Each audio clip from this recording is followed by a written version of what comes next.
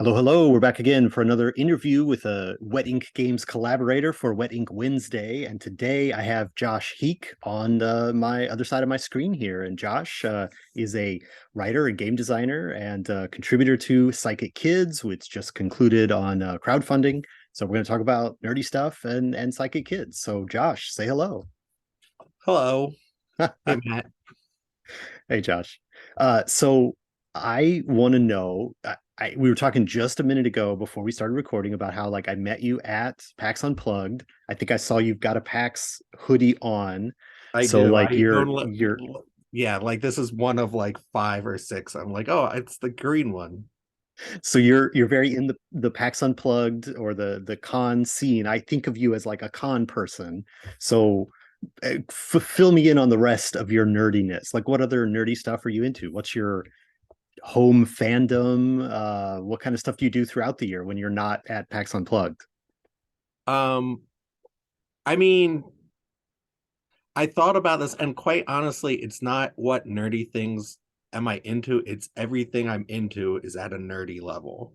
Hmm. But like like my I've always been obsessed with words and like mythology and comic books and fiction and fantasy and sci-fi. So like it always starts with like books and stories and worlds. Um, when I am not at a convention, either when I previously worked for a publisher or helping someone's booth, I'm a axe throwing coach as my day job. So like if you go to an axe throwing place, I'm the person that says, "Hey, don't touch the sharp part. Let's all be safe." And then I like teach everyone how to throw.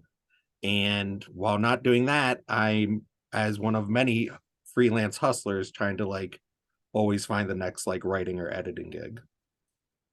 Yeah, that's the life. But I'm really impressed by like I my day job is a axe throwing coach. That's Yeah. like I mean, that feels like a huge nerdy flex. Like you're like, I don't like it I is, but coach like other people on how to throw axes. Like, I thought about that and like yes, like I'm like I my day job is like working at Splitting Edge, which is like the local venue, and I go to tournaments and leagues, but like I also when it I got into it a year ago and it because it triggered like my ADHD hyperfixation. So like that was my dopamine fix.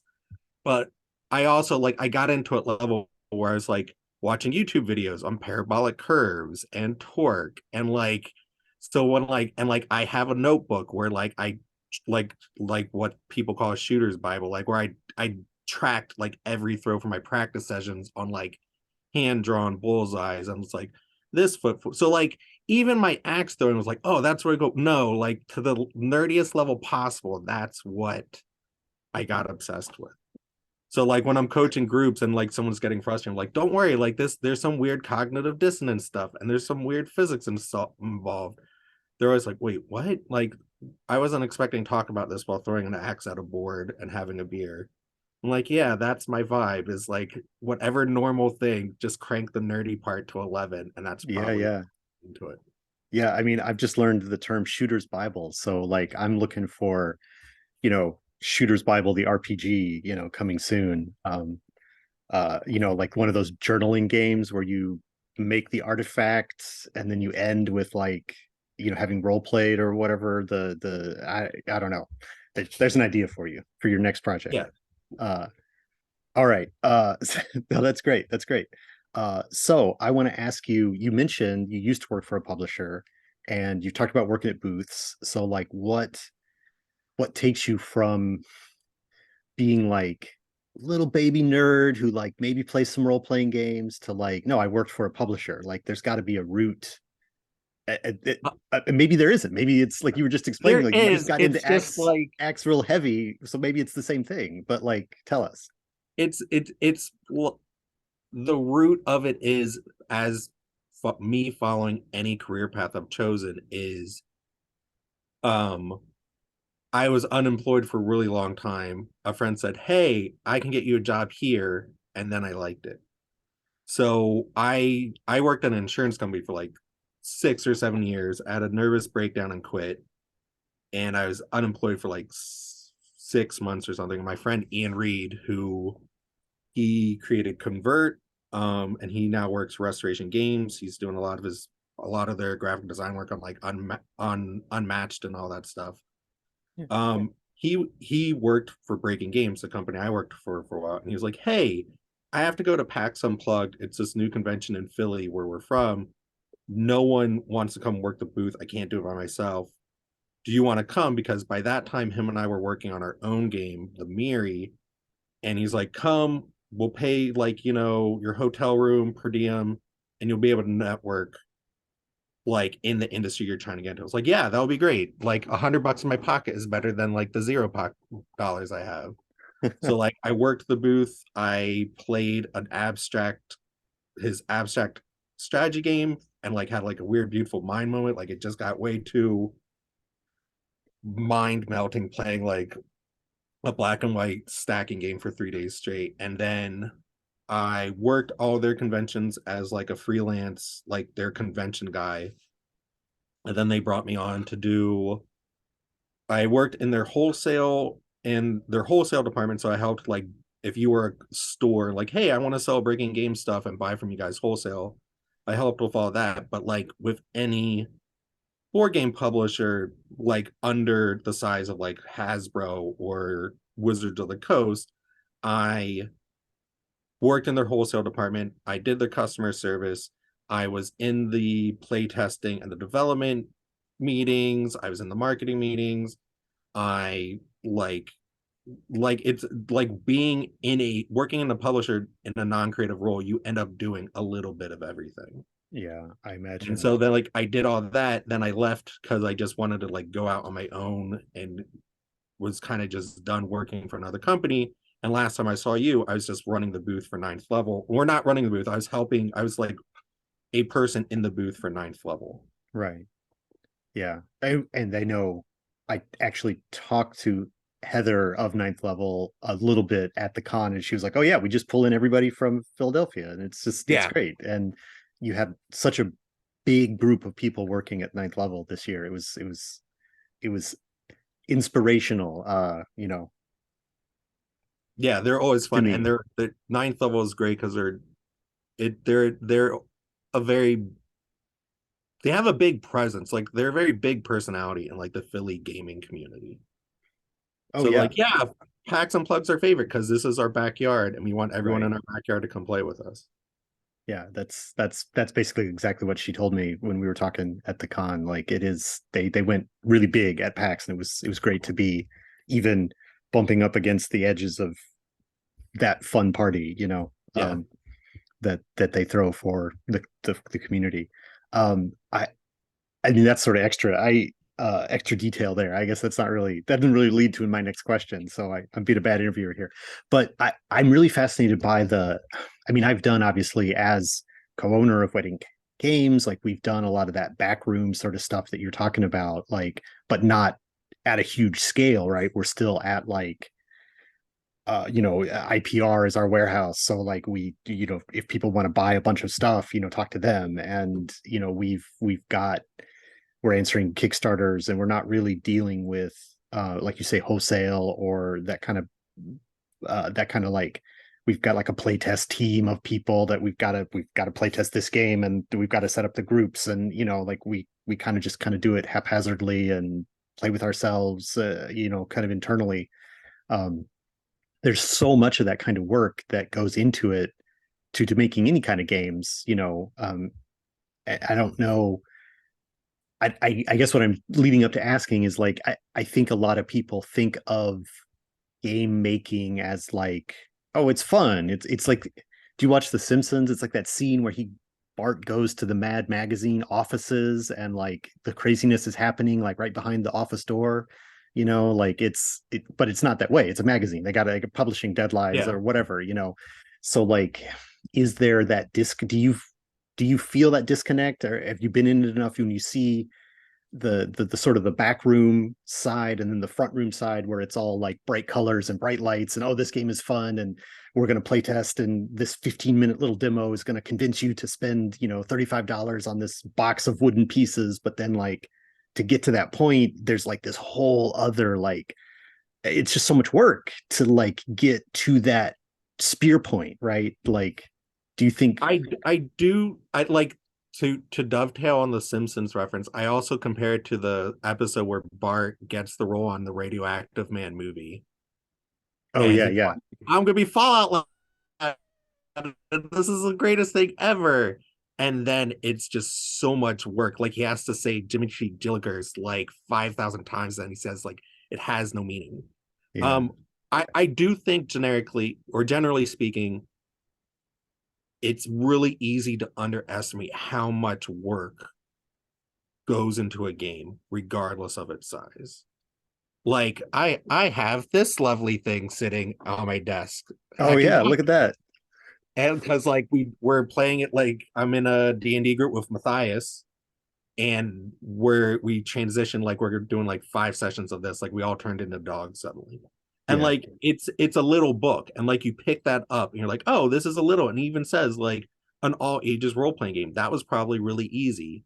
But like I know how much work Matthias puts in graphic design and yeah. layout. And like I know like how many times you have to play your own game over and over and over again. Like yeah, there's a lot of non-creative work that goes in building a game. Mm, And yeah, like at Breaking Games was just enough size where that was kind of like it was kind it's Breaking Games is kind of, I always say, kind of like a medium-sized publisher. Like it was large enough that we all had our own roles and day-to-day jobs, but it was still small enough that like a lot of like I did a lot of different things, and I'm sure the people still there still do a lot of different things. Like the guy I directly answered to, he was also one of the people who had a big say on what pitches we accepted. And then like we also had to go to like our marketing, like I got pulled into marketing meetings just because I was one of the biggest nerds. So I was just like there for context. I was like, well, this right. is why it's that the thing you're talking about that you saw in USA Today, here's why it's popular. Like here's the nerdy reason of that. um That's that's good value to add to a meeting. yeah, I mean I also I've always been a very like background support class skill set. Mm, Like when I was in high school, like I was in a high school like rock band in my friend's basement, but I played bass and I love the bass. And when I was in grade school and I had to join an orchestra, I played viola, which is like the cello with violins. Like it's always like, and it's a skill set, and I love it because like my friend Ian is a phenomenal artist. Like Matthias is an incredible graphic design yeah. artist. I like being the person or having the skill set that is providing the nuts and bolts. Like like when I got to write my job title, I wrote like on my Facebook up until like probably a month ago, it said white mage slash support class for Breaking Games. Yeah. And so That's like I kind of feel like there's a lot of like you're right. Like you go to these conventions and like you see these actual plays of like Acquisitions Inc. or Critical Role, where like these big things are like they're making money playing D&D.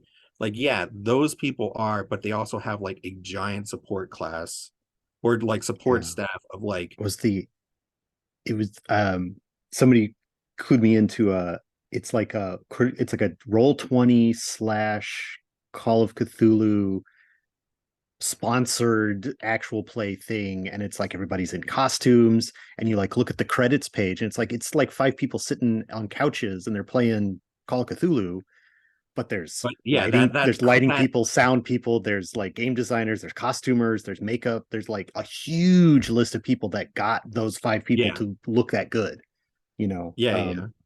Anyway, uh we've this has been great conversation, and I'm very happy with what we said, but I do want to bring it back a little bit and talk about that other side of the spear point, I guess. So we asked you to write an adventure for Psychic Kids, and so Psychic Kids is set in the 90s, like before cell phones are ubiquitous, like before technology is everywhere, so that you've got a little bit more of that like play. It feels more normal for people our age to think of the world in that way. So coming into that game, do you think of yourself as a 90s kid? Yeah, um 100%. yeah, okay, because I'm I mean, I was like a tween and then a teen in the 90s. So I think of myself as an 80s kid because I was like a kid in the 80s. So what are your 80s or what are your 90s kid like bona fides? Like what are your touch points for like 90s stuff that you were really into in the 90s? Let me do some quick mental math. Uh, I was seven in 1990, 7 or 8. So by Okay. like 99, I was like 16, I guess. Yeah. Right? That's a good. Yeah, I mean, yeah, I'm not too much older Yeah. than you. I'm not too much older than you. Um, I mean, like one of my best friends in high school, right out of high school, he was the manager at the arcade at our local mall. And like before, like when we get together on a Friday about to play D&D, we'd go to the food court at the mall because that was the easiest place to get like a lot of junk food for real cheap. Or like, I've been that, like, I've ran through like the Sam Goody to look for like a, like that's where we'd find like Shaw Brother Kung Fu flicks. Or like that's how I'd find anime. Like that's how I found Outlaw Star and Cowboy Bebop was in a DVD box set. Like that was my, like that those were my formative years. Like, Yeah. the weird stuff. Like I still have all of my like probably first edition like World of Darkness RPG books, and like I got down, like I have all their Changeling books, which I thought were really cool because like they're all the different were animals. But like the start of the books was like a 3-page comic book. It's Yeah. kind of like touching like why the were rats were different than like the were crocodiles or whatever. And like I like the, yeah, like the nine. And I live in the suburbs of Philly. So like the mall was like, growing up, the mall was like one of three places to go. And like I Yeah. was also that kid that would like, all right, well, there's nothing to do. Let's just go read comic books at Barnes and Noble all day because they'll never kick us out. That's yeah, I don't yeah, you're naming a lot of experiences which Yeah. I did not exactly have, but that's yeah, I mean I know of all of the experiences you're talking about. Yeah. It's that's pretty good. So I mean this sort of anticipates the next thing, but like I I really appreciated how much 90s stuff you put into your little adventure that you wrote for Psychic Kids, which is called Redacted, and it's in the book. Um, and because it's set in a mall, part of it takes place in an arcade. There's like kids. I mean, obviously all the kids are kind of on their own doing their own thing, but you've got the other thing I thought was really neat is you had like sort of the I don't know, scare tactic TV. I don't know what to call that, sort of like sensationalist TV that was like Yeah, the so, America's Most Wanted thing. Yeah. yeah, yeah. You know, there's so many of those. There's Unsolved Mysteries and America's Most Wanted, and there's several of those that were so big in that era. Like we've got an update. He was seen again in Yeah. Seattle, but he shaved his Like beard. Like call if you've seen a suspicious guy. It was so I used to be a teacher, and I have a very vivid memory of, I was really into photography, and I took a picture of one of my students, and she was like, I think one of my students' younger sisters, and she was like 5 or 6, and she's like, I want to see the picture. I was like, I can't. This is a film camera. I was like, well, delete it if it's bad. I was like, I can't. It's like, well, yeah. where's the picture? It's like, well, there's this roll of plastic in here that I have to take to a special room. And it stuck with me because like by that time, she had no idea what I was talking about. And like it's I wanted to kind of give context. Like America's Most Wanted was a huge thing. Like John Walsh's family, like he, like his the tragedy with his family, and it was Yeah. like, I'm gonna keep this chain. And like he made this thing, and like that and Rescue 911. Like there was a regular TV show you'd watch on like Thursday nights with your family that was reenactments of 911 calls. Like there was this weird, it was kind of like the weird dramatization of like terror moments in our lives. But like since it was also mass media, it was kind of whitewashed, or like Sure. kind of watered down. Like I remember as a kid, I never watched them because it was boring. I was like, Hercules and Xena Warrior Princess is on. Why would I watch those instead of Rescue 911? Right.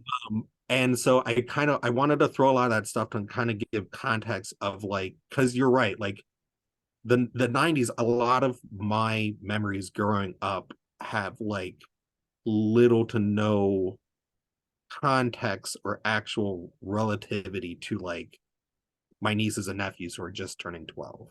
Right. Like Right. they're like, why would you hang out at the mall? The mall's boring. I was like, well, there was nothing. I didn't have the internet. I didn't have like, I couldn't just like go online and find a new game or like pick a random brand new show that like would be my new thing. Like I had to go find these things out in the physical world. I I remember it was a few years ago. I was in the airport, and the TV was on in the airport, and they were showing some cartoon show of some sort, and there was a, a girl down the row, and she was watching this cartoon show, and then the show went to a commercial because it's a TV show on the Yeah. broadcast of like whatever city we were in, and she like jumped up and was like getting her parents' attention. She's like, the show stopped in the middle, like it changed, like, and it's like, no, it's a commercial, but she's probably never seen a show Yeah. that wasn't just streamed the whole 22 minutes, like it was like it was, yeah, it's weird to have that experience of like people that don't know what a film camera is, or don't know what a commercial is. That was really Yeah. So mind blowing to I me. threw in like the fake TV show thing in there because that was just like a huge kind of thing of like that time period. And I also like I'd love when there's an arcade like in a TV show set in that time, but like I always feel like they don't hit on like the arcade was a really big thing. Like that was where you like I have friends who would go all Friday and they'd play Dance Dance Revolution for like 4 hours. Like it was a thing. Like it was a critical, crucial part of our like social interactions and social scene. Like you would ask a girl out to go to the arcade. Like that would be a date thing. Wow. And so like Yeah. I wanted the arcade to be like kind of like the scene of the climax of the adventure and like kind of like play a pivotal part of it because it was a pivotal part of like growing up in the 90s. And yeah, and I get like a little bit of Terminator 2 vibe too, because that's sort of like when Yeah. the Terminator, almost like, spoilers, I guess, for like the movie that came out in 92 or whatever, Yeah. but like that's where the Terminator is almost after John Connor in that moment. It is very 90s, very 90s. So anyway, I think your adventure's great. I'm glad it's in the book.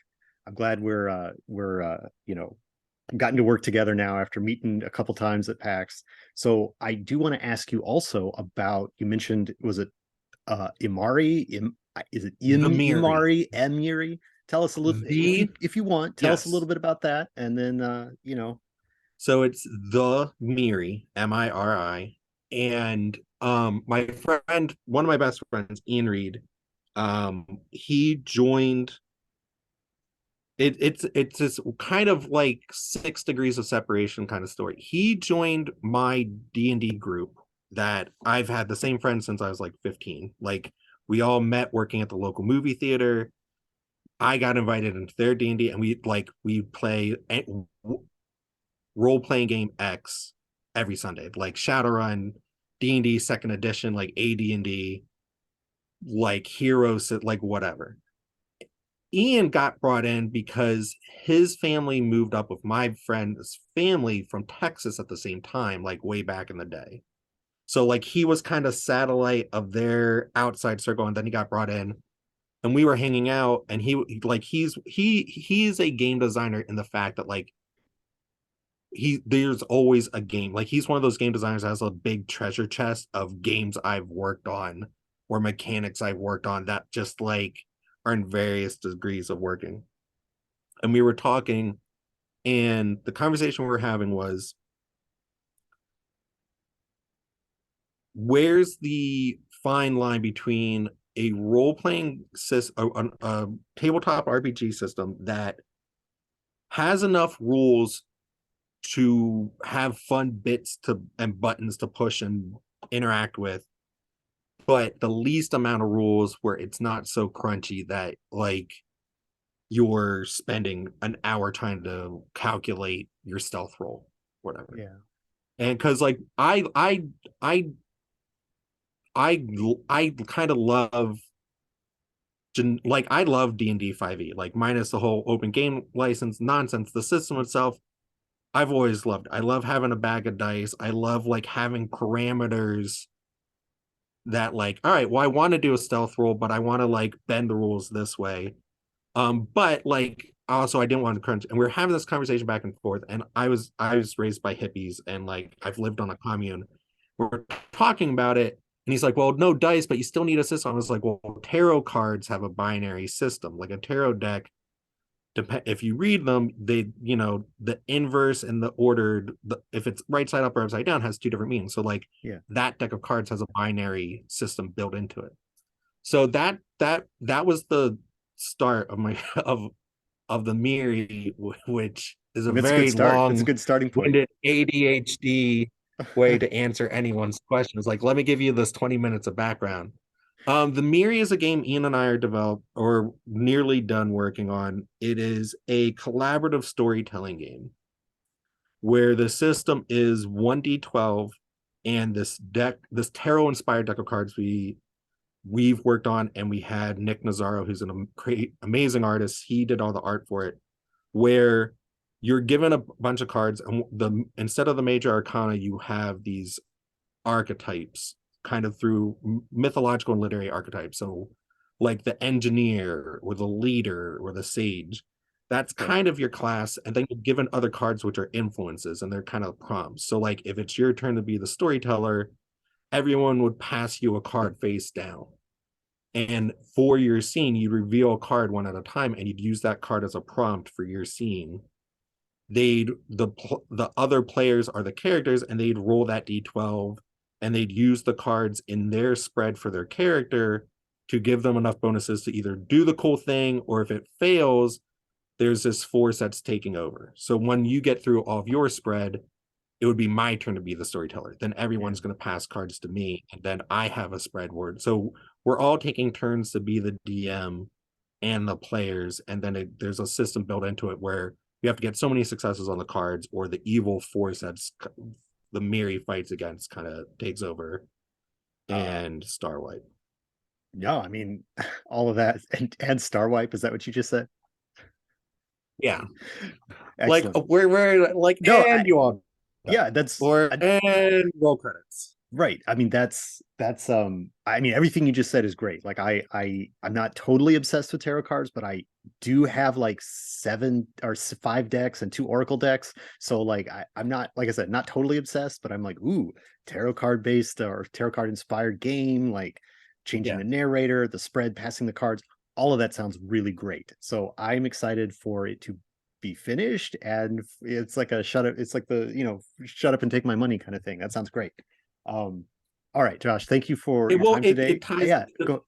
Yeah, No, go well, ahead. it's Go just ahead. like it's like it's I bring it up when people are like, oh well, I'm just starting into games. Like the Miri, like all of our game, the engine building is done, but like Ian Reed is doing all of the graphic design work, and he has a full-time job as a graphic Right. design artist for a publisher. So like it's that thing where like it's the non like forward facing creative stuff that takes the longest, that we're like, yeah, we just like he has to build all the files so like they can be edited and printed.